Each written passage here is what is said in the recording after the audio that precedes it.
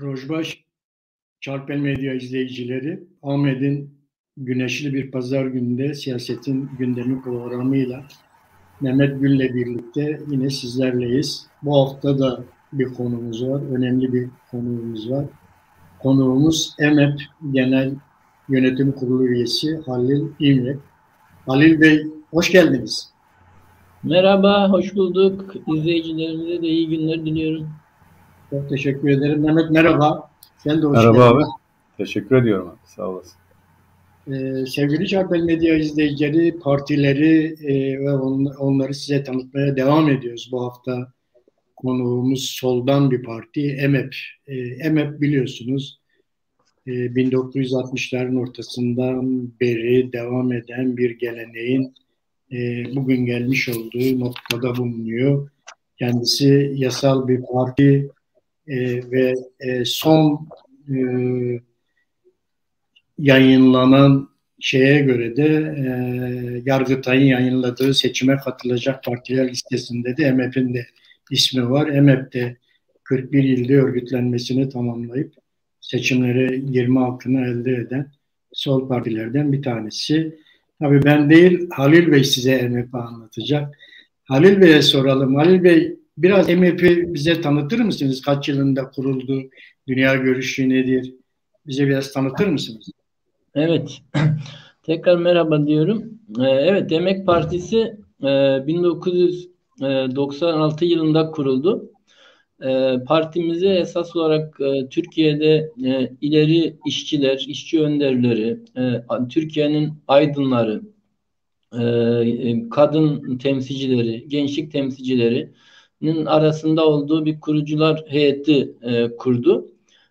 Bu açıdan esas olarak biraz sosyalist bir parti olarak, biraz partinin tarifi olarak da aslında sosyalizmin işçi sınıfıyla, emekçi halkla buluşmasının bir aracı. Bu açıdan da bunun dayandığı işçi sınıfıyla aydınların bir bileşimiyle kuruldu. Partimiz tabii ilk kurulduğu zaman bir süre sonra partimiz hakkında bir kapatma davası açıldı. Kapatma nedeni de Kürt sorunundan kaynaklıydı. Emek Partisi tüzüğündeki Kürt sorunu, Kürt halkının bir ulus olduğu ve kendi kaderini tayin hakkına tüzüğünde yer verdiği için partiye bir kapatma davası açıldı.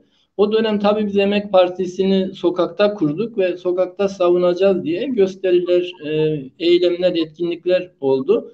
Belki o döneme doğru gidersek hatırlanır. O dönem HADEP'in de Ankara'da bir kongresi olmuştu pazar günü. Orada bir bayrak provokasyonu olmuştu. Pazartesi de anayasada Emek Partisi'nin davası görülecekti. Türkiye'nin her tarafından biz toplandık, binler. Partimizi kapatırmayacağız dedik ama o bir gün önceki yaşanan provokasyonun tabii bütün şeyini bizden çıkardılar, hıncını. Bayağı bir büyük, şiddetli bir saldırıya maruz kalmıştık. Sonuçta Kürt sorunundan kaynaklı Emek Partisi'nin ilk kurulduğunda kapatıldı. Daha sonra bu iç hukuk yolları bitince AİHM'e götürüldü ve bir süre sonra bu dava kazanıldı. O açıdan Emek Partisi bir dönem Emeğin Partisi olarak devam etti. Bu şeyi kazanınca yeniden bu isme, Emek Partisi yeniden bu isme döndü. Bu açıdan ilk kurulduğu ismi aldı ve şu an yine Emek Partisi tüzüğünde Kürt sorunuyla ilgili bölümü koymuş durumda. Şimdi Emek Partisi'ni biraz anlatacak olursak, Emek Partisi bugün Türkiye'de, yerkürede aslında iki farklı dünyanın olduğunu, yaşamlarıyla, çıkarlarıyla, duygularıyla birbirinden farklı olan iki karşıt dünyanın olduğu, işçi sınıfıyla sermaye patronların dünyası olduğunu, bu açıdan Emek Partisi açık ya da gizli bağlarla tekelci sermaye, onun dünya görüşüne doğrudan para kasarına bağlı partilerin nasıl kendilerini tarafsız gibi anlatmaları sahte ise, Emek Partisi'nin taraf olması o kadar gerçek. Emek Partisi Türkiye'de başta işçilerin, köylülerin, kamu emekçilerinin, kadınların, gençlerin, yaşanabilir bir çevre, doğa isteyenlerin partisi. Bu açıdan Emek Partisi'nin programında da din, cins, ırk ayrımı gözetmeden bütün işçi sınıfı ve emekçilerin partisi olarak kendisini ifade etmektedir ve kısa vadede bir işçi halk iktidarının kurmasını ama kesintisiz olarak bir sosyalizmi Emek Partisi hedeflemektedir. Her türden baskının, sömürünün ortadan kaldırıldığı, sınıfların ortadan kaldırıldığı bir nihai olarak sınıfsız bir toplumu Emek Partisi ifade etmektedir. Ama Emek Partisi bunu söylerken, yaparken de diğer bütün partilerden de kendisini ayırmaktadır. Esasen siyasetin yukarıda belli bir kesimin yaptığı bir durumdan çıkararak işçi ve emekçilerin kendi siyasetlerini yaptıkları, Emek Partisi'nin de öğrendikleri, Emek Partisi'nin de onlardan öğrendiği ve işçi emekçilerin kendi iktidarlarının yolunu partileriyle açabileceği bir mücadeleyi ifade etmektedir. Bu açıdan da ayrımı Emek Partisi sol sağ gibi yapay sunni ayrımlardan ziyade esas olarak bir kapitalizmin bir sınıf bölünmesi olduğunu, bu açıdan da bölünmeyi de buradan koyarak esas olarak hangi görüşten, hangi inançtan olursa olsun bütün işçi ve emekçilerin partisi olarak kendisini ifade etmektedir diyebilirim. Yani tabii böyle herhalde soru cevap gibi olacağı için böyle kısa bir giriş yapmış olayım.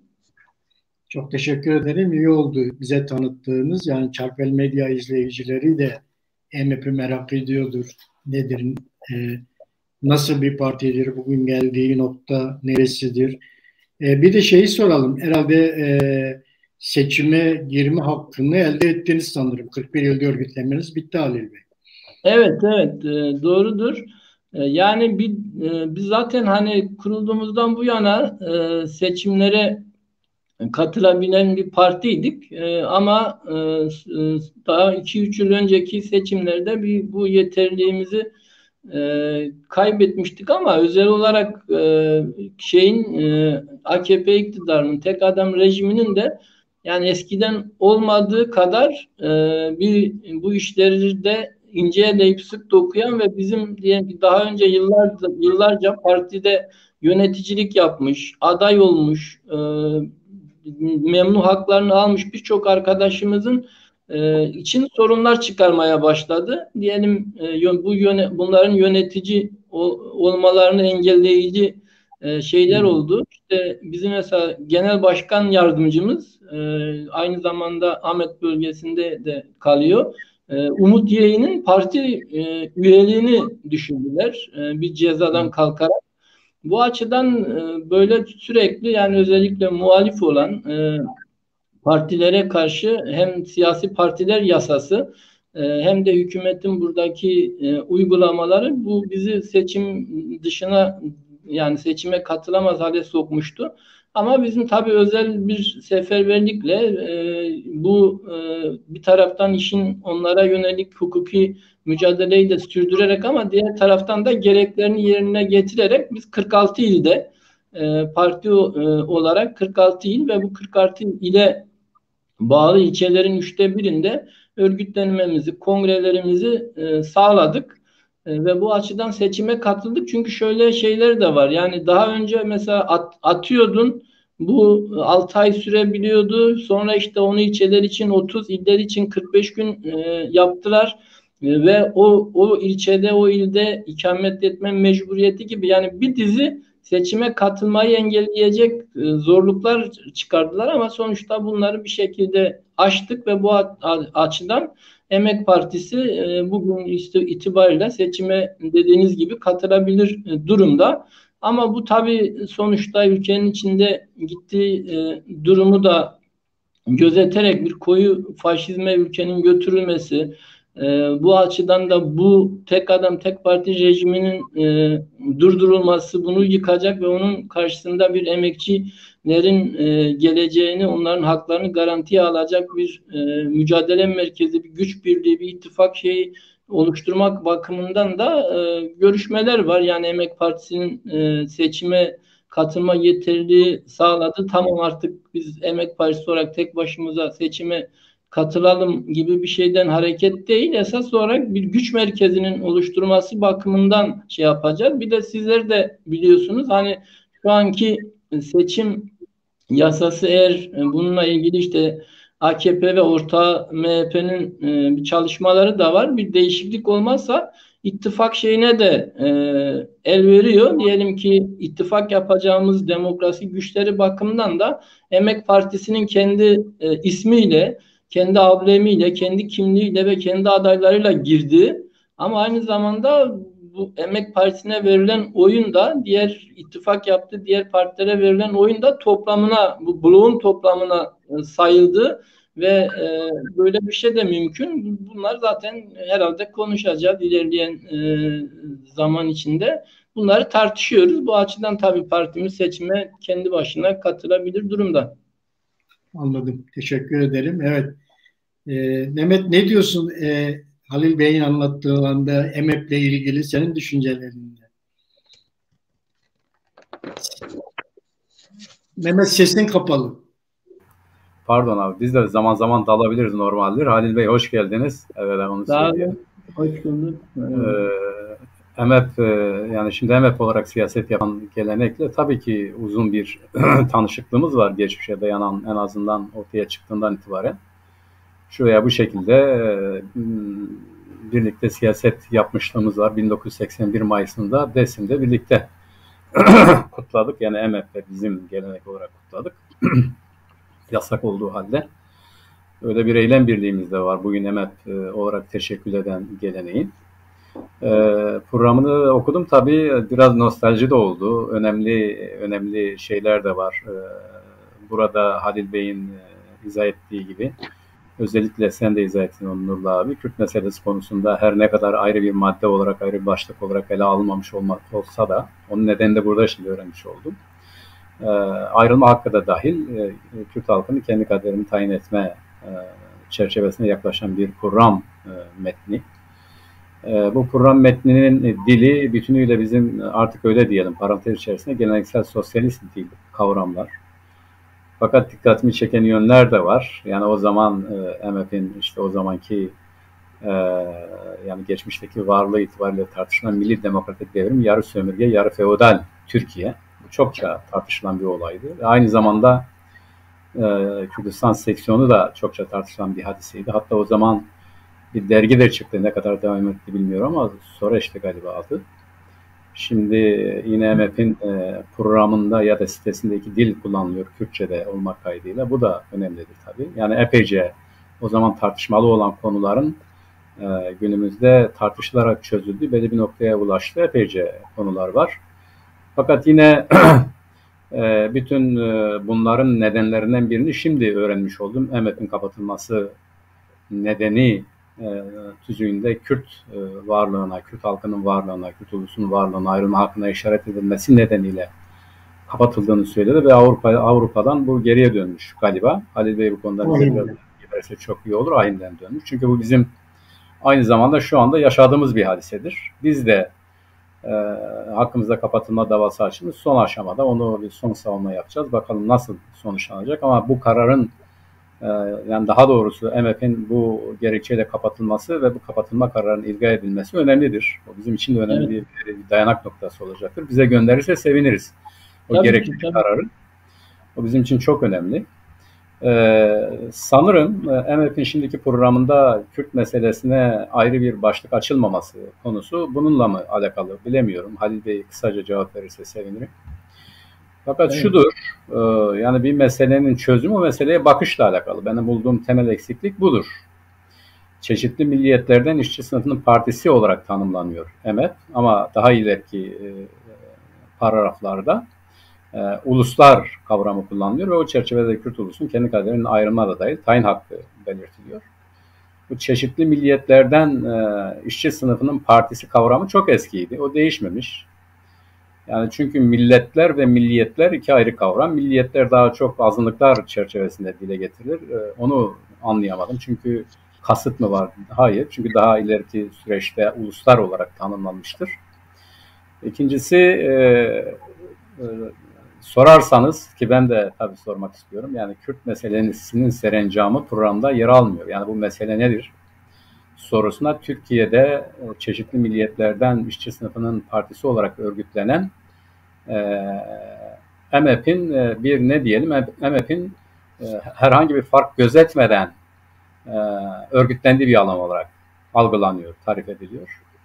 Bu ne kadar doğrudur? Yani günümüz dünyasında bu kadar tecrübeden sonra, bu kadar yaşanmışlıklardan sonra ve artık gerçekten de Kürt milletinin kümülatif olarak takım hakların talepkarı olduğu günümüz dünyasında neredeyse kümülatif olarak hareket edebileceği, yani farklı bir obje olarak, farklı bir varlık olarak hareket edebileceği ya da amorf da olsa nihayetinde çıkarabileceğimiz bu şekilde hareket eden bir milletin varlığı koşullarında bu klasik yaklaşım, yani çeşitli milliyetlerden işçi sınıfının partisi MEP tabiri ne kadar gerçekçi olabilir? Örneğin tarihte bu tip örgütlenmeleri görmüşüzdür. RİSİDİP var ama RİSİDİP aynı zamanda çeşitli ülkelerin ya da halkların komünist partilerin de içerisinde bulunduğu bir partiydi. Bugün MEP'in bu yasal çerçevedeki örgütlenmesi içerisinde de hatırlıyorsun abi, bir ara SHP ile de konuştuk. SHP'nin bu konuda bir özerk örgütlenmesi olduğunu, yani Kürdistan'a özgü bir örgütlenmesi olduğunu söylemişti. MEP'in böyle bir tutumu var mıdır? MEP örgütlenmesi dediğimiz zaman madem ki iki eşit ulustur, iki eşit halktır, bu halkların her birinin kendisine göre bir örgütlenmesi var mıdır? Ya da bu olaya nasıl bakıyor? Bu konuları merak ettiğim konular evet. açıkçası. O zaman oradan başlayalım mı? Oradan başlayalım. Daha sonra da yani bu bakış açısı da çok önemli. Yani bu ileri bir adımdır. Kürt meselesi, Kürt halkının kendi kaderine ayrılma hakkı da dahil tayin etmesinin belirtilmiş olması bu önemli. Fakat aynı zamanda bunun bir realiteye, yani diyelim ki gelecekte bu halk kendi kaderini tayin etmek istediği zaman neyle yapacak? Yani kendisinde belirttiği gibi nihayetinde halkların, ulusların ya da sınıfların her neyse kendileri adına hareket eden teşekkülleri vardır, örgütleri vardır. Bunlar olmadan onlar kör, sağır ve dilsizdir, hareket edemezler. Yani nihayetinde kendi taleplerini dile getirmek için bir örgütlenmeleri gerekiyor. Bu konuda işte kendi kader ayrılma hakkı da dahil, kendi kaderin tayin hakkına sahiptir dedikleri bir milletin bugünden bir örgütlenmesi var mıdır, yok mudur, böyle bakıyor mu? Bir. İkincisi de serencamı nedir? Yani Kürt meselesi dediğimiz zaman sadece adını söyleyip geçeceğimiz mesele mi? Yoksa bir paragrafta belirtilmiş olduğu gibi Türkiye'nin de bağımlısı olduğu emperyalizmin yerli işbirlikçilerinin Kürdistan'da egemenliklerini kurması hadisesi midir? Yani böyle bir şey midir? Yani bu belli bir devletin sınırları içerisinde olan bir halkın diğer kesim ve sınıflardan farklı bir tarafı yok mudur? Bir diğeri bence belki de sürçülisan olmuştur. Devlet iktidarından söz ediliyor. Bu devlet iktidarı nedir? Yani biz devlete egemen bir aygıt olarak biliyoruz. İster sınıflar, ister sınıflar koalisyonu olsun, ama orada programda devlet iktidarı deniliyor. Yani halk iktidarını anladık, bu tamam. Ama devlet iktidarı nedir? Yani bu da biraz kafama takıldı. Onları daha ileride de soracaktım ama bu çerçevede bir Kürt milleti kendi kaderin tayin hakkına sahip bir millet, bir kesim olarak örgütlenmesi var mıdır? Hakkı var mıdır? Bugünden yani. İki, bunun serencamı nedir? Yani neden bugün Kürt meselesi diye bir meseleden söz ediyor? Halil Bey bu konularda bizi aydınlatırsa izleyicilerimiz EBEM'in bu konudaki görüşlerini de daha doğrudan öğrenmiş olacaklar. Evet. Teşekkür ederim Mehmet. Evet, Halil Bey, Mehmet'in sorularla birlikte MEP'in Kürt meselesine bakışını irdelemeye başlayalım sizinle birlikte. Evet. Şimdi şöyle, tabii biz yani 96'dan bu yana dediğim gibi kurulan bir parti ve birkaç dönem program tüzük kurultayları yaptık. En son 2017'de bir program tüzük değişikliği oldu. Hocam da hani bakmış yapmış ama şimdi bizim en son partinin şu an yürürlükte olan tüzüğünde MEP Türk, Kürt ve her milliyetten işçi sınıfının partisi diyor. Amacı da tüm sınıfların bütün biçimleriyle baskının, sömürünün kalktığı sınıfsız toplum ifade ediyor. Bu açıdan hani bir devlet iktidarı diye bir ifade yok. Orada herhalde bir yanlış anlaşılma var. Şu, yani işçi sınıfının iktidarı. Sonuçta biz mevcut devlette ele geçirme, mevcut devlet bu devlet bir sınıfın başka sınıf üzerindeki zor aracı, baskı aracı. Bu açıdan bu devlet aygıtının parçalandığı, işçi emekçilerin kendisinin iktidar olduğu ve kendi devletlerini kurduğu bir şey. Kürt sorunuyla ilgili de yani partimiz Emek Partisi ulusların kendi kaderini, tayin hakkını kayıtsız, koşulsuz tanır diye yazıyor programımızda. Bu hakka dayanarak haklar kendi siyasal statülerini serbestçe belirleyebilir. Ekonomik, sosyal gelişmelerini serbestçe sürdürebilir. Yine bütün yani bu işte başta bütün haklar derken Kürdistan açısından söylediğimiz Kürt halkı doğal kaynaklar ve zenginlikler üzerinde serbestçe kendi yararına tasarrufta bulunabilir. Bu halk sahip olduğu maddi kaynaklardan hiçbir koşulda yoksun bırakılamaz.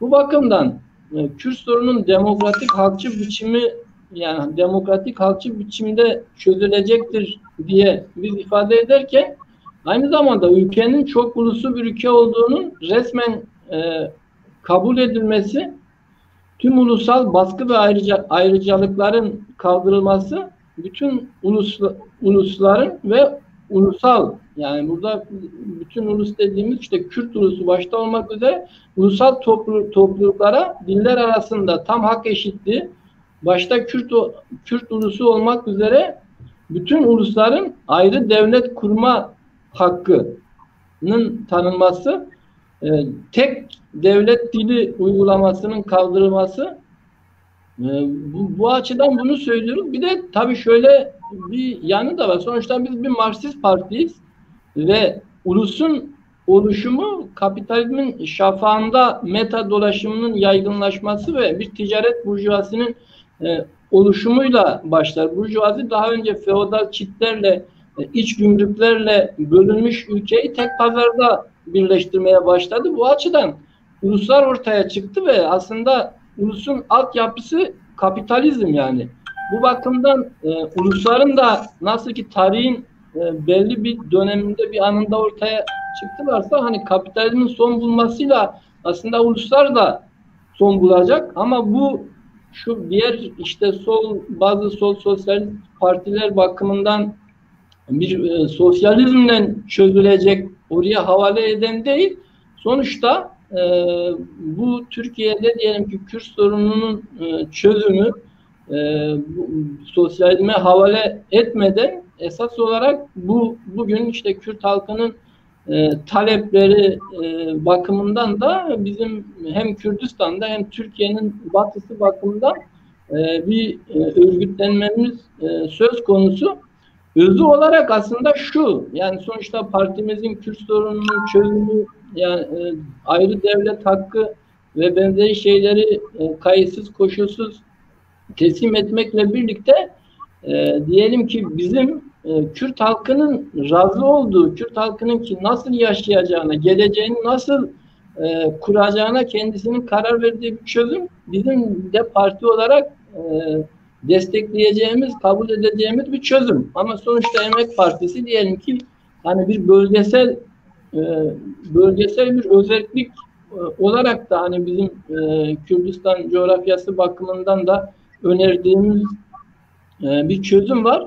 Sonuçta bugün Kürt halkının diyelim ki bir devletinin olmaması onu ulus yapmaktan çıkarmıyor. Yani ulusun oluşumunun işte belli şeyleri var, koşulları var. Hani bizim hepimizin bildiği işte onun dil birliği, toprak birliği, kültür birliği, iktisadi birlik bu bakımdan Türkiye'yi biz iki ulus olarak ifade ediyoruz.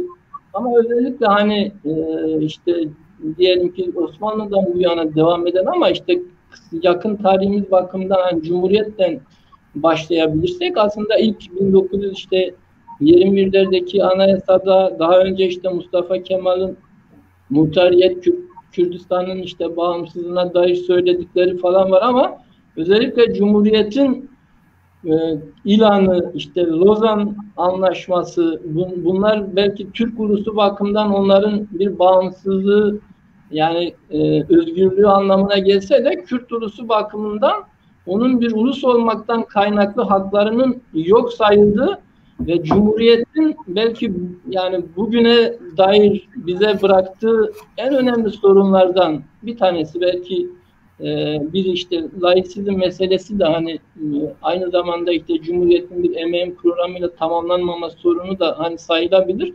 Ama hani burada özel olarak bu sorunu tartıştığımızdan kaynaklı olarak Cumhuriyet'in çözemedi ve bugüne kadar gelen Kürt sorunu meselesi bugün de hani bütün aciliyetiyle kendisini dayatmakta. Bu bakımdan yani bizim diyelim ki hem Türkiye'nin batısındaki işçi sınıfına, özellikle diyelim ki Türk işçi sınıfının çözülmemiş olan bu ulusal sorundan kaynaklı kendi burjuvazisiyle bir araya gelme, kendi burjuvazisinin etrafının peşinde gidebilme ya da oraya yedeklenebilmektedir. Yine bu Kürt sorununun çözülmeme meselesi emek sermaye çelişkisinin üstünü örtebilmektedir. İşçi sınıfını birbirinden ayrıştırmaktadır. Bu bakımdan da yani partimiz sadece Kürdistan'da Kürt halkının talepleri, Kürt halkının kendi geleceğini tayin etme hakkını savunmakla sınır kalmıyor. Esas olarak bunu batıdaki Türk işçi ve emekçilere de anlatmaktadır. Sonuçta diyelim ki nasıl ki bir Kürt'ün Kürt olmaktan kaynaklı hakları için mücadele ederken gözaltına alınması, tutuklanması, kelepçeyle alınıp cezaevine konulması nasıl yaşanıyorsa, işte daha önceki gün Migros işçilerinin kendi ekmek mücadeleleri için, ücretlerin artırılması için verdikleri mücadele sonuçta Migros'un deposuna işte polisi, Thomas'ı vesairesi geldi. İşte Migros'un sahibinin villası önünde açıklama yapan işçiler ters kelepçeyle işte gözaltına alındılar. Hatta sosyal medyada da yaşlı bir işçi iki eli kelepçeli gözyaşlarını silmeye çalışıyor. Sonuçta ikisi de aynı zulme tabi kalmaktadırlar ve bunların mücadelesinin ortaklaşması, yani diyelim ki Türk işçinin aynı zamanda Kürt halkının sorunlarına, oradaki Kürt emekçilerin ulus olmaktan kaynaklı sorunlarına sahip çıkmadan aslında kendisinin de özgür olamayacağını da anlatmaya çalışan bir partiyiz. Bu açıdan da yani bütün Türkiye'deki sosyalist, Marksist partilerden farklı olarak Emek Partisi'nin Kürt sorunun demokratik çözümü ve Kürtlerin kendi geleceğini tayin etme ve kendi devletini kurma hakkı konusundaki şeyi çok nettir. Bu belki de Türkiye sosyal bakımdan bir turnusol kağıdı görevi de görüyor. Bu bakımdan da bizim yani hem kuruluşumuzdan bu yana hem öncesi bir yana işte iki dilli köklenme şeyi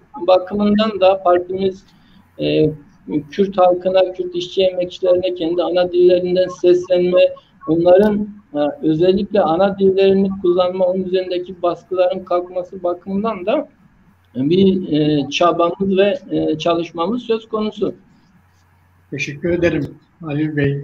Gerçekten biz de, ben de Mehmet de sizinle program yapmadan önce programınızı detaylı bir şekilde ikimiz de inceledik.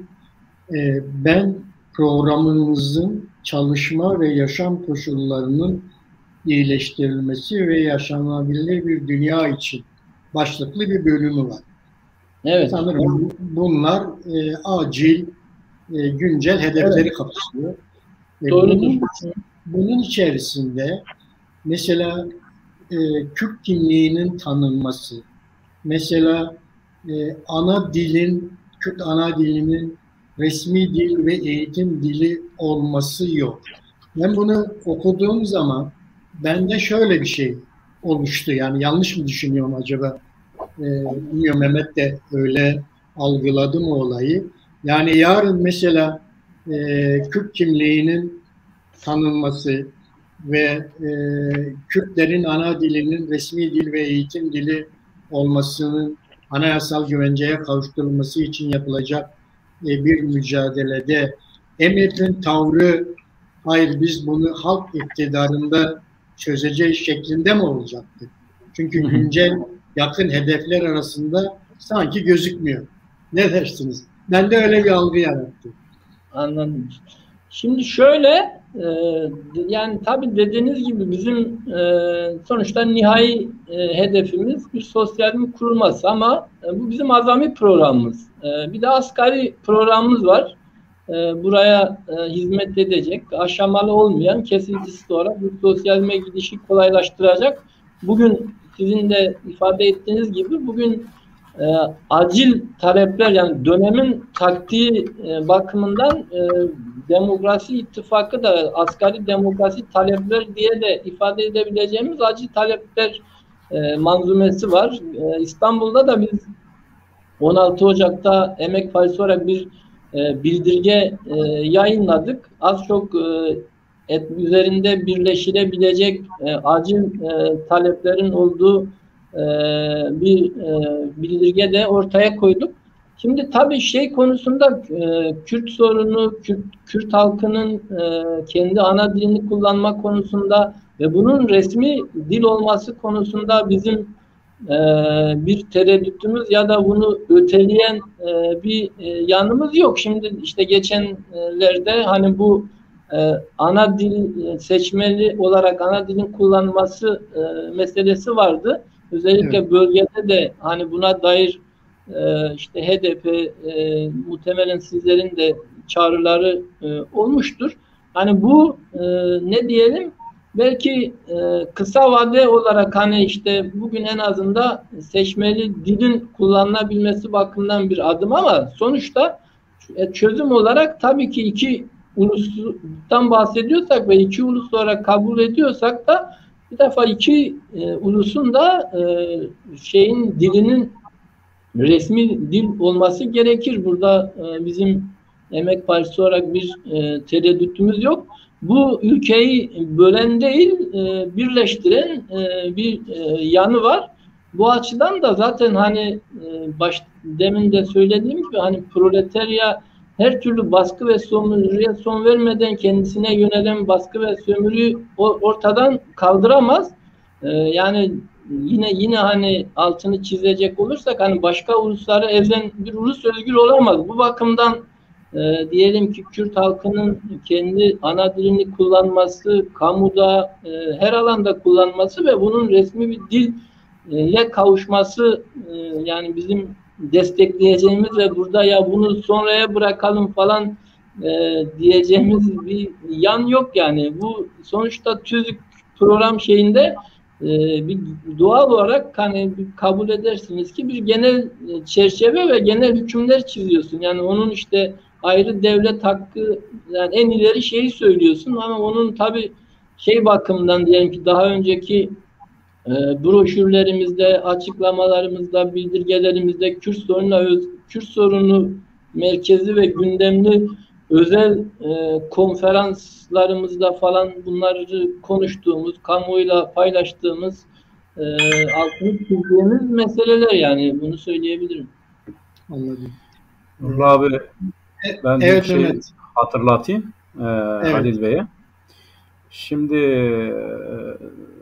Türkiye solunun yani Türk solu değil, Türkiye solunun yani Kürt meselesine de, Kürt halkına da olumlu bakan anlamıyla bunu kullanıyorum. Aynı zamanda Kürdistan'da örgütlenmeleri de bunu gerektiriyor. İşte diyelim Halil Bey çeşitli milliyetlerden işçi sınıfının partisi MHP derken evet Kürdistan'da da örgütleniyor. Bu evet. Örgütlenmesiyle ilgili her ne kadar diyelim farklı bir boyutta hareket eden bir Kürdistan örgütlenmesi yoksa da bir partinin, merkezi bir partinin öyle diyelim, gelecekte önüne koyduğu görevlerden biri olarak gördüğü Kürt meselesine ilişkin güncel, politik, kendi devletine karşı, kendi devleti derken onun mülkiyet itibariyle söylemiyorum, yani tabi olduğu aynı zamanda onu değiştirmeyi, dönüştürmeyi düşündüğü, beyan ettiği devleti hakkında, devleti karşısında bir milletin bugün güncel, acil talepleri konusundaki pratik tutumudur. Yani en büyük mesele bu. 12 Eylül öncesinde şöyle bir durum vardı. Her ne kadar birbirimizi eleştirsek de, her ne kadar birbirimize karşı sert tutumlar takınsak da sol denilen cenah aynı taraftaydı. Yani safı belliydi. İkiye bölünmüştü. İşte Türkiye solu dediğimiz, Kürt solu dediğimiz, Kürt yurtseverleri dediğimiz hepsi bir taraftaydı. Öbürleri bir taraftaydı. Bu bir tarafta olan kesimlerin kendi işlerindeki tartışmalarına rağmen Kürdistan meselesini kendi meseleleri gibi tartışıyorlardı. Yani somuttu bu, anlaşılırdı. Günlük faaliyet içerisinde bunlar vardı. Şimdi 12 Eylül'den sonra giderek özellikle bu 90'lardan sonra ya da Türkiye'de de Sovyetlerin çöküşünden sonra komünizm tehlike olmaktan çıktı denilerek kuruluşuna izin verilen sosyalist komünist partilerin ortaya çıkmasıyla beraber belki de kendiliğinden, belki de bir hassasiyettir. Adeta şöyle bir şey oldu. Ya bu konuya fazla değinmeyelim, bu konuda fazla öne çıkmayalım çünkü bu tehlikeli bir alandır. Kapatılma vesilesi olabilir, dışlanma vesilesi olabilir ya da milliyetçilik çok güçlüdür. Bu güçlü milliyetçilik karşısında bizi iyice tercih edebilirler gibi bir takım bilinçaltı ya da fiili bir takım engellerden hareketle mümkün olduğu kadar bu meseleden uzak durdular. MHP bu konuda daha atak davrandı. Diyelim ki Kürt muhalefetiyle beraber birçok yerde seçime girdi. İşte belediye başkanlıkları seçimine girdi. Genel seçimlere girdi. Bu konudaki açıklamaları daha öndeydi. Fakat pratik politik mücadelede MHP'nin diğer siyasi hareketlerin işte diyelim ki HDP'den ayrı ya da Kürt hareketinden ayrı kendi sorumlulukları gereği, kendi devletlerinin bu sömürgeci ya da bunu kabul etmeyebilirler. Kendi devletlerinin Kürt halkına karşı uyguladığı siyasetten hareketle pratikte karşısına çıkıp size bunu yapmaya hakkınız yoktur. Örneğin klasik tabirdir bizim yani sosyalist cenahın klasik tabiridir. Yani geçmişte beri onun adeta nirengi noktası olan bütün egemen ve sömürgeci devletler sömürgelerden çekilmelidir. Sömürgelere ya da ezilen halklara bağımsızlık hakkı tanınmalıdır ya da onlara kendi kaderini tayin hakkı konusunda hemen şimdi derhal bu hak tanınmalıdır gibi bir politik tutum, bir tavır görmedik. Yani MHP de bunun içerisindedir. Diyelim ki Afrin'e girildi. Ya sizin Afrin'de ne işiniz var? Buraya giremezsiniz. Belki de teorik olarak bir takım açıklamalarla bunlar söylendi ama bugün kuzeyde, Kuzey Kürdistan'da ya da güneyde buralara istediği gibi giren, istediği gibi askeri eylemler düzenleyen bir yapı karşısında bunu yapamazsınız diyebilen, bu cesareti gösterebilen ya da bu siyasal cesareti gösterebilen bir siyasal hareketin çıkmaması, Kürt halkı ile az önce Halil Bey'in de izah ettiği gibi Migros işçileri ile Kürt halkının aynı devletten baskı görmesi gibi, bu baskı onları birleştiriyor, bu doğru. Fakat Kürtler oraya geldikleri zaman kendi taleplerinden söz ettiklerinde işte o Migros'a direnen işçiler bile temkinli davranmaktadırlar. Yani Türk bayraklarıyla alanlara çıkmaktadırlar. Kürtlere karşı, Kürtlerin olduğu bir yerde ister istemez bugün Suriyeliler karşısında duyulan tepki gibi halkta da giderek bu yerleştirilmiş adeta bir kendiliğinden tutum haline gelmiştir. Birlikte hareket etme konusunda ciddi tereddütler vardır. Onu aşan tabii ki vardır. Kadro düzeyinde vesaire. Benim sözünü ettiğim devlet zihniyetinin yerleştiği halk arasındaki tutumlardır. Bu konuda bir tavır göremiyoruz. Bu konuda bir örneğin bu söz, şu söz yani şimdi söyleyeceğim söz bir burjuva ya da bir iş adamından değil de bir sol hareketten gelmesi gerekirdi. Ne dedi bu oynar? Eğer dedi Kürtlerin ayrılması benim demokratik bir şekilde yaşayacağım anlamına geliyorsa evet ben Kürtlerin ayrılmasına yanayım dedi. Yani Türkiye'deki demokrasi ya da demokratik bir hayatı ya da özgürlükçü bir hayatı Kürtlerin ayrılıp ayrılmamasından daha çok önemsedi. Eğer bu Kürtlerin ayrılması da olacaksa evet ben bunu da destekliyorum dedi. Bu çok net, bu çok belirgin bir saptamaydı, bir tutumdu. Bu genel anlamda solun yani özellikle sosyalist hareketin yapması gereken, takınması gereken bir tutumdur. Maalesef bunları göremiyoruz. Bunlar olmadığı için de mesela biz aynı diyelim ki bu düzene muhalif olan kesimler olarak sanki birbirimizden hiç haberimiz yokmuş gibi daha yeni tanışıyoruz gibi. Ama eskiden bu böyle değildi. 12 Eylül öncesinde böyle değildi. Daha çok yakındı, daha çok herkes birbirinden fikirlerini, görüşlerini, tutumunu bilirdi. 12 Eylül'ün başardığı en önemli şeylerden biri Türkiye ve Türkiye solunda kendi siyaseti konusunda daha temkinli hale getirmek olmuştur. Bunu Halil Bey şahsında MHP söylemiyorum, genel olarak söylüyorum. MHP belki bu konuda yine hepsinden daha önde, daha ileride, işte program bazıyla. Fakat senin dediğin bu acil talepler çerçevesinde bu işi de ele almaması bana göre atladığı, unuttuğu bir şey değildir. Yani bu bütünüyle bu hassasiyetin getirdiği bir şey olarak duruyor. Hala bugün bana göre eğer Kürt halkının Türkiye halkıyla beraber bu devlete karşı daha demokratik bir yaşam için mücadele edebilmesi isteniyorsa Kürt halkının demin de belirtmiş olduğu gibi güven duyabileceği bir siyasettir. Bugünden ortaya konacak adımlarla güven duyabileceği bir siyaset yürütülürse elbette ki Kürt halkı tabii ki onlarla birlikte daha iyi bir gelecek için mücadele edecektir. Benim göremediğim en temel eksiklik bu. Yani eylem ile söylem arasındaki fark ve bu eylem ile söylem arasındaki fark giderek iki halkın mücadelesini birleştirmek yerine daha çok öteliyor, daha çok birbirinden uzaklaştırıyor. Kürtler giderek daha çok kendi başlarının çaresine bakmak gerektiğine inanıyor, düşünüyor. Mesela bugün Türkiye'de iktidar olmayı göze almış bir sol, bu çok önemli. Yani iktidar olmayı göze almış bir sol hareket yok. İktidar olmayı göze almış bir sol hareket Kürt meselesi konusunda kendi devletinin karşısına yer alma cesareti gösteren, bunu siyasi cesaretten söz ediyorum. Bir sol hareket yok.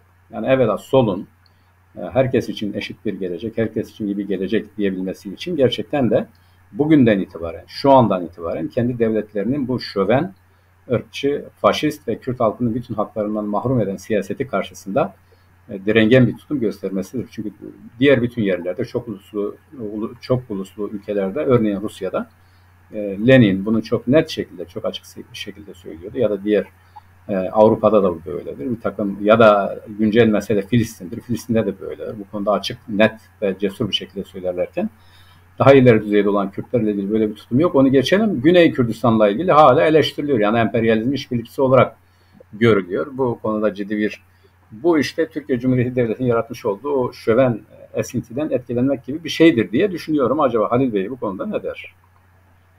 Ya şimdi öncelikle şöyle, yani biz proleter, yani kendi burjuvazisinden kopmadan politik bir sınıf olarak örgütlenemez diyoruz biz.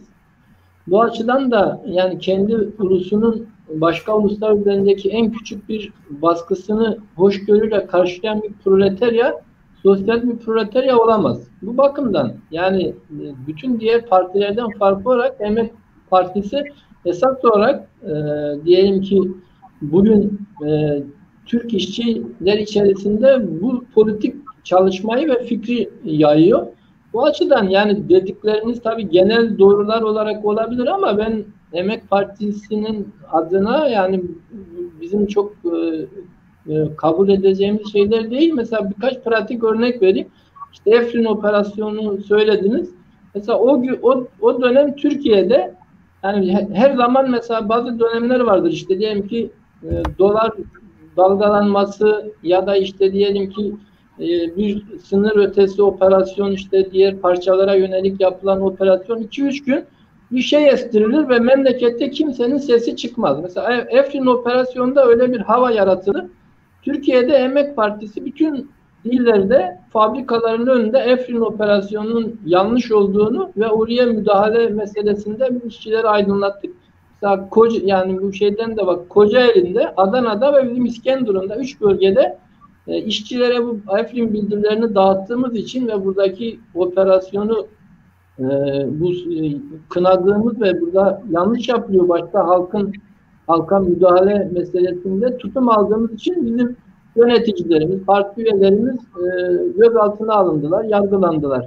Bu bakımdan yani şöyle diyelim ki en kritik dönemlerde bile ya buradan hani aman şey yapmayalım, burada da işte insanların şöyle duyarlılıkları var falan. Sonuçta nasıl kapitalizm hani demin söyledik hani ulusun altyapısıysa onun üst yapısı da milliyetçilik yani. Bu bakımdan milliyetçilik bir ideoloji Ve burada Emek Partisi yani milliyetçilik zehrine bulaşmış işçi ve emekçileri aydınlatmak ve başta Kürt sorununu anlatmak konusunda çok özel, Türkiye'de çok ayrı ve özel bir noktada duruyor. Hatta şöyle şeyler olur yani, mesela işte İskenderun İstemir işçilerinden, diyelim ki Adana'nın Sasa'sından, işte Kocaeli'deki Ford'dan, işte Renault işçileri, metal işçileri, ki bunlar Türkiye'nin hani ağır sanayi işçileri. Mesela bunlar, ya Emek Partisi birçok bu konularda evet çok iyi de yani şu Kürt sorununa da bulaşmasanız yani çok iyi partisiniz, ama şu biz mesela o işçiyi Kürt sorununda gerçekten kendi burjuvasinden kopan ve bir proletarya internasyonalizmi tutumu almadan buradaki kendi devletin, oradaki bir ulusun varlığını yok sayma buradaki baskısına karşı çıkmadan politik, bağımsız bir politik tutum alamayacağını ve esas olarak Emek Partili olamayacağını biz anlatıyoruz. Yani burada bu Kürt sorundan dolayı çok sayıda işçiyle, yani işçiyi kazanamayıp kaybettiklerimiz de oluyor. Ama burada yani biz işte hani faydacı, pragmatist yaklaşan, ya bu meseleyi de öteleyelim, ya da ilk başta Emek Partisi işte kurulduğunda, tüzüğünde Kürt sorundan dolayı hani kapatıldı, artık bunu koymayalım, etmeyelim değil. Bu sonuçta ülkenin bir temel bir meselesi ve Türkiye'nin demokratik bir ülke olup olmamasıyla doğrudan ilgili bir mesele. Bu açıdan hani ulusal sorun bir bela mıdır? Biz öyle yaklaşmıyoruz. Yani esas olarak Türkiye'de işçi sınıfının, proletaryanın müttefiği, yani bizim bu bakımdan işte HDP ve diğer diyelim ki Kürt partilerle yani bizim demokratik ittifak yapmaya çalıştığımız, birlikte hareket ettiğimiz ve özellikle Kürt hareketi Türkiye'deki demokrasi mücadelesi bakımından önemli bir yer ediniyor.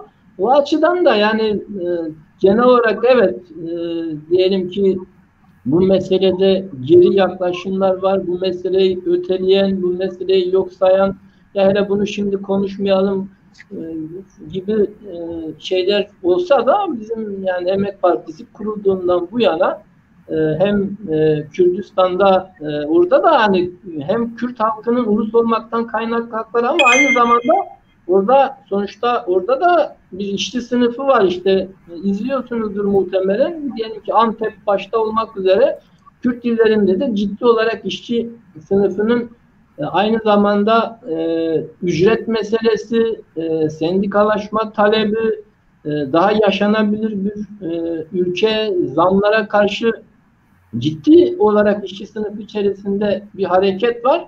Yani bu bakımdan belki Türkiye'de en zoru yapmaya çalışan bir parti. Hem onun bir sınıf olmaktan kaynaklı talepleri ve onun sömürü meselesine son vermesi, ama aynı zamanda Kürt sorununda da internasyonel bir tutum alma. Yani bunu biz ikisini aynı anda yapmaya çalışıyoruz ve burada da hani bir gram olsun öyle geri duran bir parti değiliz, yani böyle ifade edebilirim. Yok değilsiniz. Biz de programımızda gerçekten onu gördük.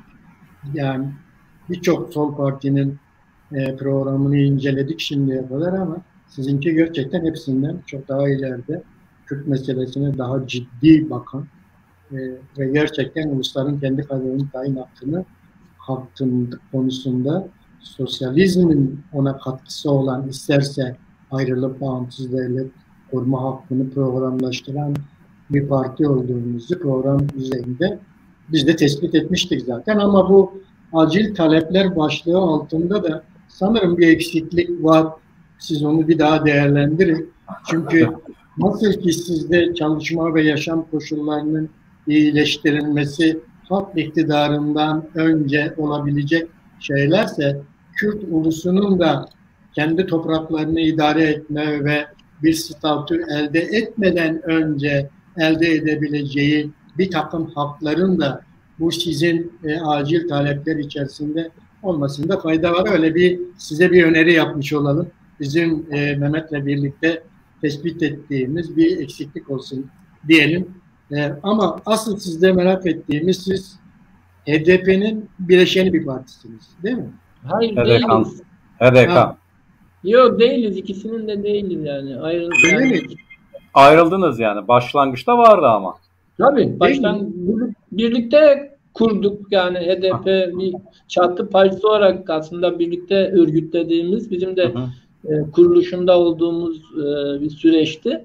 Ancak çok gelişmeler çok öyle olmadı. Yani bir çatı partisi olmaktan ziyade farklı görüşlerin, yani farklı partilerin bir partide toplanması gibi bir noktaya iş evrildi. Sonuçta biz bağımsız bir partiyiz. Programatik olarak çok farklıyız. Bu bakımdan zaten ittifaklar meselesi de hani benzerlerin bir ittifakı değil. Doğal olarak farklı görüşlerin asgari demokrasi talepleri etrafında bir araya geldikleri bir birlik olarak hani ifade ediyorduk. Öyle o iş başka noktalara hani gidince biz tabii Emek Partisi olarak ayrıldık. Şu an HDP bileşeni değiliz. HDK'da da değiliz. Ama sonuçta HDP hani bizim temel ittifak güçlerinden biri ve seçim süreçlerinde hani ülke her ne kadar zamanında mı olur, erken mi olur, buralarda bir belirsizlik olsa da ülke bir seçim sattı haline girmiş durumda. Bu açıdan da hani seçim işleri de zaten konuşuluyor, tartışılıyor. Biz de Emek Partisi olarak hani üçüncü bir seçenek, demokratik bir ittifak ya da bizim devrimci demokratik halk ittifakı seçeneği diye de ifade ettiğimiz bir ittifak çalışması var. Yani bunun içinde hani merkezinde HDP'nin de, Emek Partisi'nin de, diğer partilerin de olduğu bir ittifak. Burada hani siz başlarken bir izah söylediniz. Yani bir konu gelmişken değineyim. Yani sonuçta bir taraftan sol sosyalist partilerle de görüşmelerimiz var. Ama diğer taraftan da bu HDP ile de görüşmelerimiz var. Ama biz sol bir ittifak ya da sosyalistlerin işte TKP, Sol Parti ve MHP'le epey zamandır görüşmeler, tartışmalar sürüyor.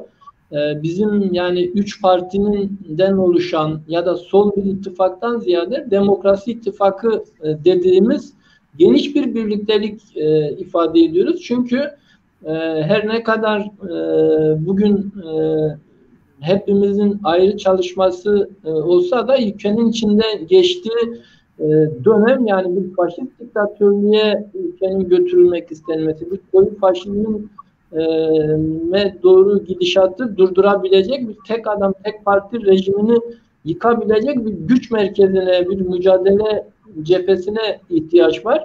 Bu açıdan demokrasi güçleri birliği sorunu geleneksel olarak sol güçlerin birliği sorununa indirgenemeyecek bir mesele olduğunu düşünüyoruz.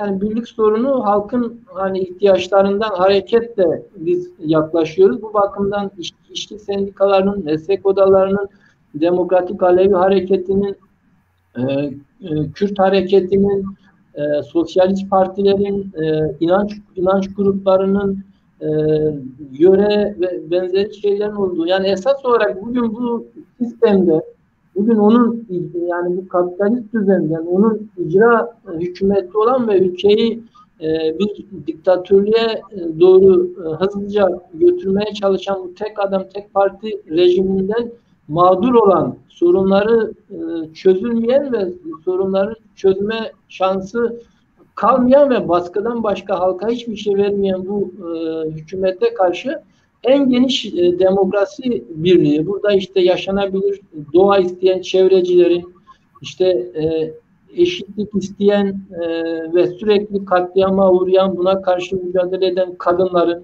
geleceğe karartılan gençlerin, ipi çekilen ve bitirilen, tamamen ithal mecbur kaldığımız işte tarım üreticilerinin, dediğim gibi Kürt halkının, bütün bunların merkezinde olduğu ve bizim Türkiye halkının da yani Cumhur İttifakı'na karşı Millet İttifakı'na mecbur kalmadığı, iki aynı olmamakla sonuçta ikisi farklı. Bunun da farkını da bilerek iki burjuva klik dışında esas olarak halkın seçeneğini ortaya koyuyoruz. Bu bakımdan da üzerinde hani acil olarak bir araya geleceğimiz bir talepler manzumesi biz ortaya koyduk. sonuçta bunların diyelim ki bu seçenek ne kadar güçlendirilebilirse Türkiye'de işçi emekçilerin geleceklerini garantiye alması, diyelim ki belki şeyin işte AKP'nin gönderecek ama onun yerine ne geleceği meselesini de belirleyen, burada da siyasete müdahale olan bir blok olarak biz ifade ediyoruz. Burada HDP, işte Emek Partisi, TİP, HDP'nin bileşenleri zaten hani bunun içinde. İşte TKP ilk toplantıya katıldı. Hani Sol Parti katılmadı ilk toplantıya. Onlarla da görüşmelerimiz sürüyor. Ama hani bu geniş birlikteliği biz yakaladığımızda hem sokakta güçlü olan, sokak ayağı olan, hem de parlamentoda da güçlü temsil edilen, en az bir %15'lik gibi bir oy potansiyeli yakalayan, oy alabilecek bir güç merkezi olacağını biz düşünüyoruz. Yani bütün çabamız burası için. Burada da yani demin Kürt sorununda söylediğimiz zorluklar bizim açımızda burada da var.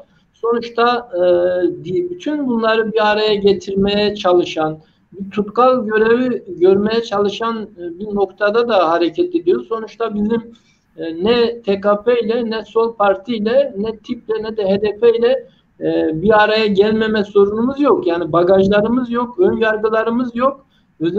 Özel olarak şundan geliriz, bundan gelmeyiz gibi kaygılar da gütmüyoruz.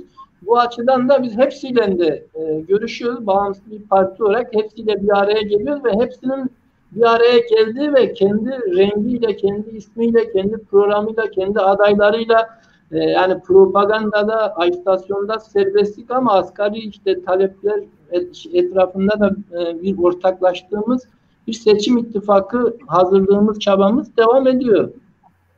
Evet, onu biz de görüyoruz. Siz daha önceki HDP'nin çağrısıyla yapılan toplantıya katıldınız. Evet, öyle evet. Evet, sadece ikinci toplantı olarak Sol Parti katılmadı sanırım. Evet. Sol Parti katılmadı. TKP de yani gözlemci olarak diyelim. Tam da isteyerek katılmadı. Gözlemci statüsünde gibi bir katılımı oldu TKP'nin. Ama aynı zamanda siz hem o HDP'nin çağrısı olan demokrasi bloğunun da içerisinde yer alıyorsunuz. Sanırım onlarla birlikte de hareket ediyorsunuz.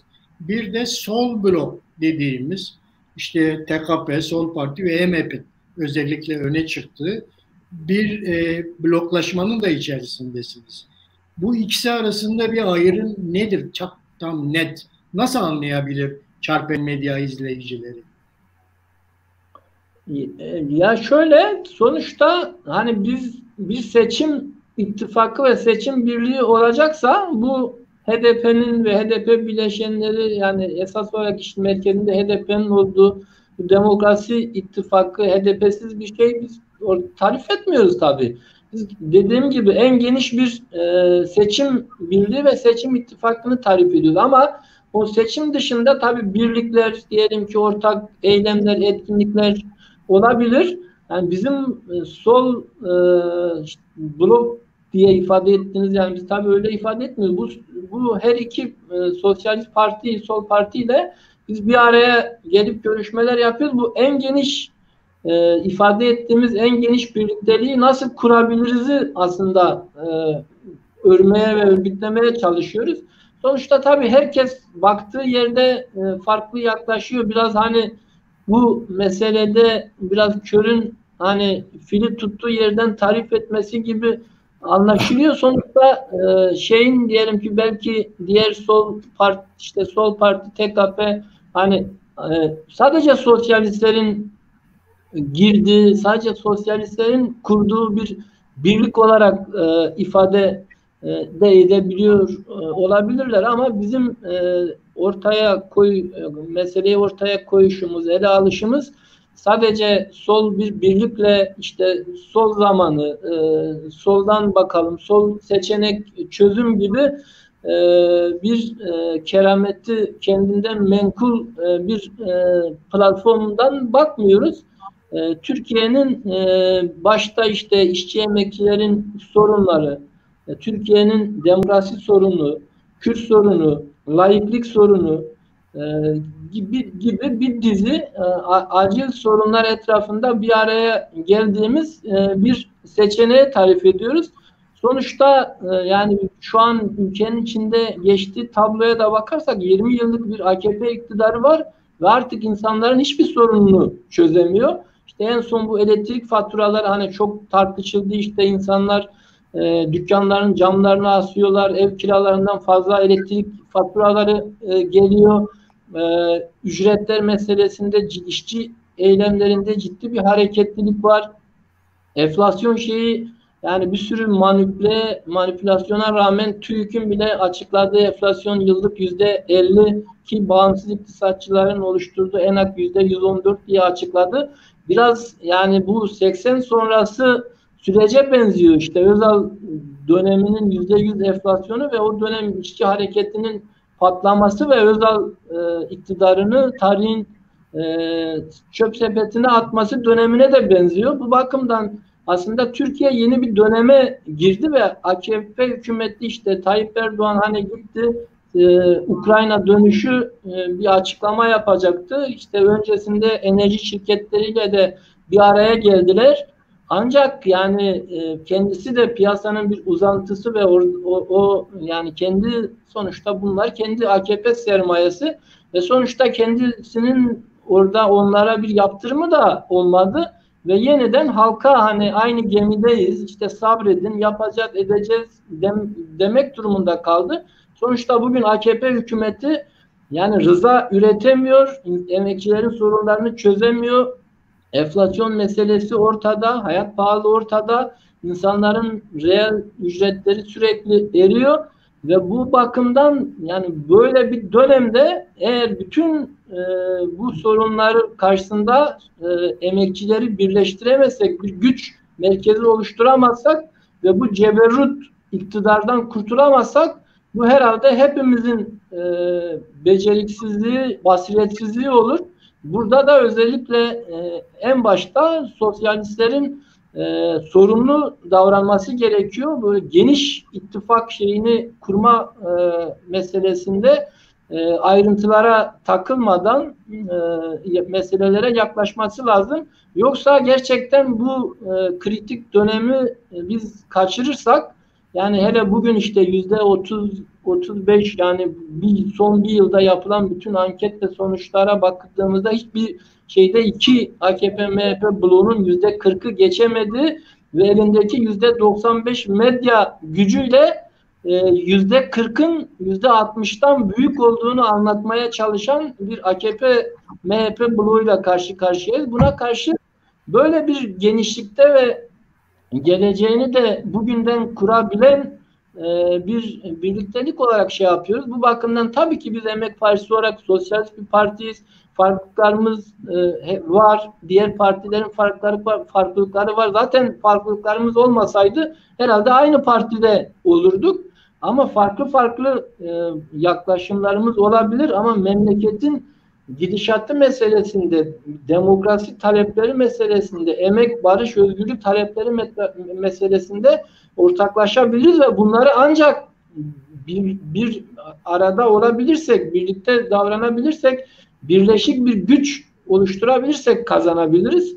Bu bakımdan biraz bizim yani çabamız bu yönde. Her iki tarafla da görüşürüz ama esas olarak tek bir güç merkezi oluşturmaya çalışıyoruz Emek Partisi olarak. Anlaşıldı. Yani sizin çabanız sol bloku, demokrasi bloku içerisine çekmek değil.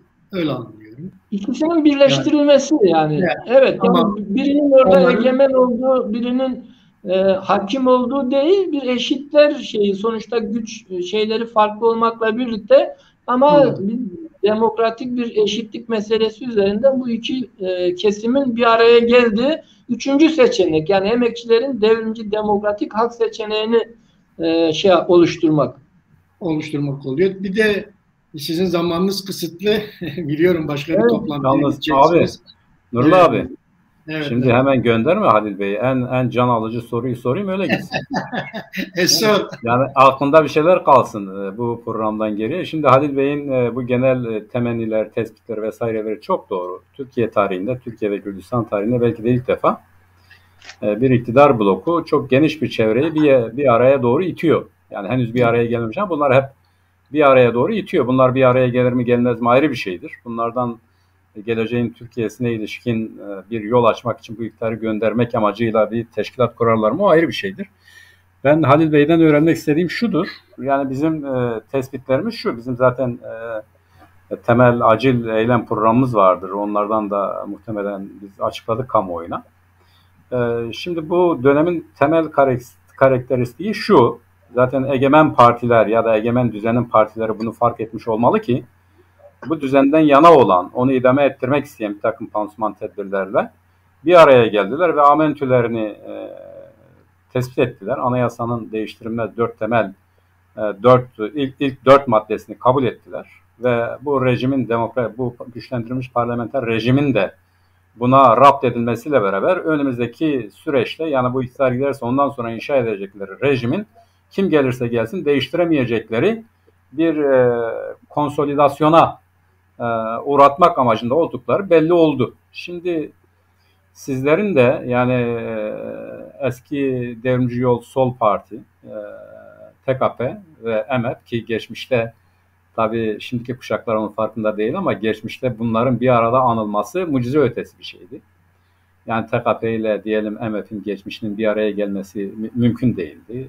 Dev Yol'la yine aynı şekildeydi. Bu gerçekleşmiş olması olumludur.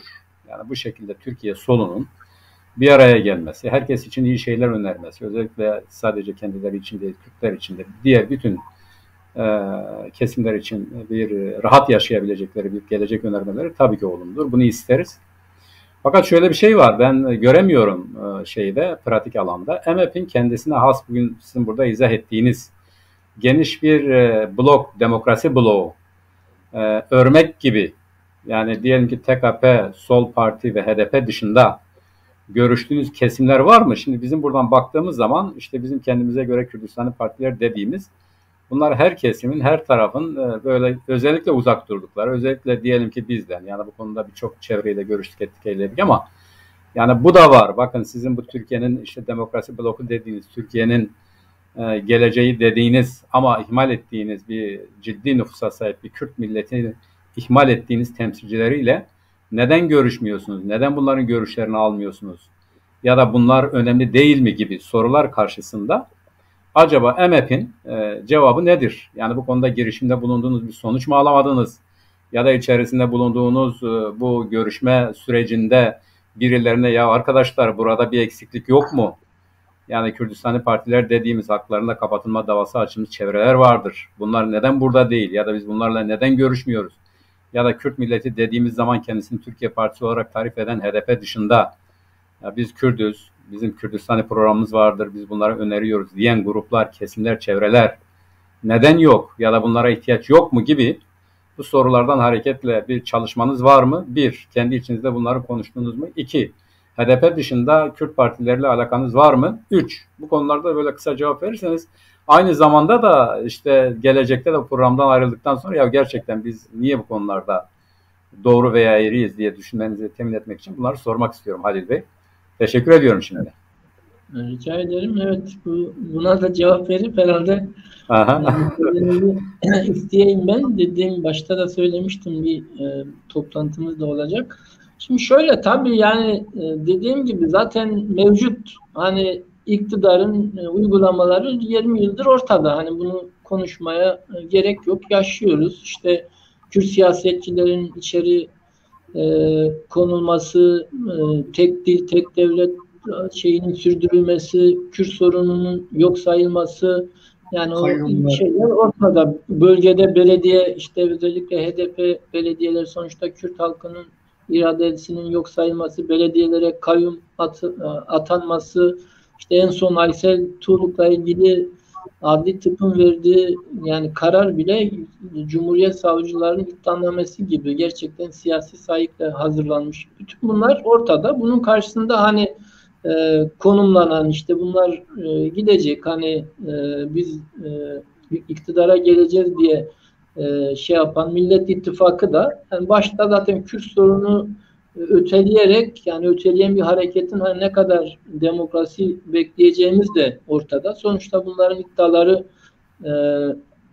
Cumhuriyeti demokrasiyle buluşturmak ama işte bu da sınırları belli olmayan bir güçlendirilmiş parlamenter rejimle sınırlı ve sizin de ifade ettiğiniz gibi anayasanın işte değiştirilemez 4 maddesi konusunda da anlaşmış durumdalar. Bu bakımdan esas olarak hani bu iki burjuva klik karşısında Türkiye'nin demokratik seçeneğini ortaya çıkarmaya çalışıyoruz.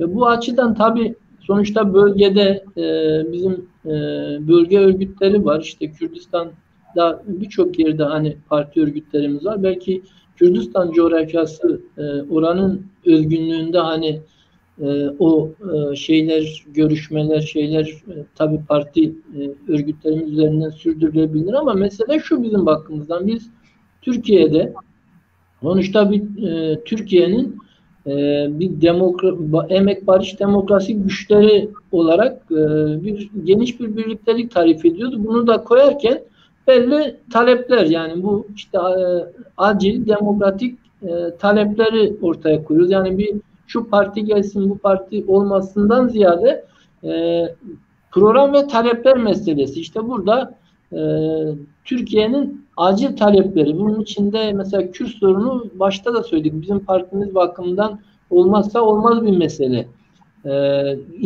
İşçi emekçilerin örgütlenme, ifade özgürlüğü, sendika hakkı, grev hakkı. Mesela memlekette işte AKP döneminde hani 20 yıldır onlarca 20-30 grev yasaklandı ve Türkiye'de böyle hükümetin böyle bir yetkisi var. Yani grevi erteleme adına yasaklıyor. Şimdi bunu ortadan kaldırmadığımızda bunun yerine mesela Gelecek Millet İttifakı'nın yarın işçi emekçilerin grevini yasaklamayacağının bir garantisi var mı? Bu bakımdan bütün aynı zamanda taleplerimizi de güvenceye alacak ve onun arkasında bir işçi emekçi gücünü dizecek bir program ortaya koyuyoruz. Bu bakımdan da yani merkezi düzeyde tabii bizim partimizin yer yer genel başkanımız da katılıyor. Parti genel başkan yardımcılarımız işte bu görüşmeleri sürdüren görevli arkadaşlarımız var. Sonuçta biz işte yani Türkiye İşçi Partisi ile, Halk Evleri ile, Türkiye Toplumsal Özgürlük Partisi ile, HDP ile, TKP Sol Parti ile zaten üçlü uzun zamandır görüşmeler yapıyoruz. Ama hani bu ortaya konulan asgari demokratik talepler etrafında işte sizin de dediğiniz bölgede Kürdistan partileri bakımından, Kürt orijinli partiler bakımından bu talepler etrafında bir mutabakat sağlanıyorsa bunların yani bizim katılmasını isteyeceğimiz yanlardır. Orada dediğim gibi şu parti bu partiden ziyade nasıl bir program, hangi talepler etrafında bir birlik meselesi. Biraz biz ayrımı öyle koyuyoruz. Yoksa hani başka şekilde ayrımlar koyarsa sonuçta biz diyelim ki sermaye servet vergisi diyoruz. Belki biz bir araya geldiğimizde işte A partisi diyelim ki HDP ya da başka partisi yaz. Böyle değil de daha hani az kazanandan az, çok kazanandan çok vergi, adaletli bir vergi. Belki bu böyle uzlaşacağız. Ya da işte diyelim ki Kürt sorunu meselesinde Kürt sorunun demokratik çözümü ama diyelim ki A partisi ya burada şu da olsun diye bunları sonuçta konuşarak ama yani ayrılıkları öne çıkararak değil esas olarak ortak yanları öne çıkarıp en geniş kesimin bir araya geldiği bir birliği kurmak. Yani bugün ihtiyaç olan bu. Bu bakımdan hani bunun çabası ve gayreti içerisindeyiz. Ama tabii o dediğiniz yanları da sonuçta kurullarımızda da konuşuyoruz, görüşüyoruz. Yeniden ele alırız. Öyle diyeyim yani. Peki, teşekkürler. Teşekkürler. Ben de çok teşekkür ederim Halil Bey katılımınız için, katkılarınız için. Rica ederim. Umarım iyi bir sohbet oldu. İyi bir sohbet oldu. Bizim açımızdan iyiydi herhalde. Başlangıç iyi. Çarper Medya izleyip Çarkvel Medya izleyicileri de MHP'i tanımakta, yani birinci ağızdan tanımakta en azından sahip oldular. Biz de sizi çok eskiden tanıyoruz. Yaş itibariyle. Ben de Mehmet de yani 60'ların ikinci yarısından itibaren izlediğimiz yolu biliyoruz, izliyoruz da. Tabii ki yani kendisini Türkiye Partisi ilan eden HDP'nin dışında Kürdistan'da Kürdistan coğrafyasının partisi olmaya çalışan Kürdistani partiler de var. Bunu da bilmeniz gerekiyor. Bunu da size hatırlatmak istedik. Ve Kürdistani partilerin de demokrasi mücadelesinde statü elde etmeden, Kürtler statü elde etmeden olabilecek bir takım yakın acil talepleri de var.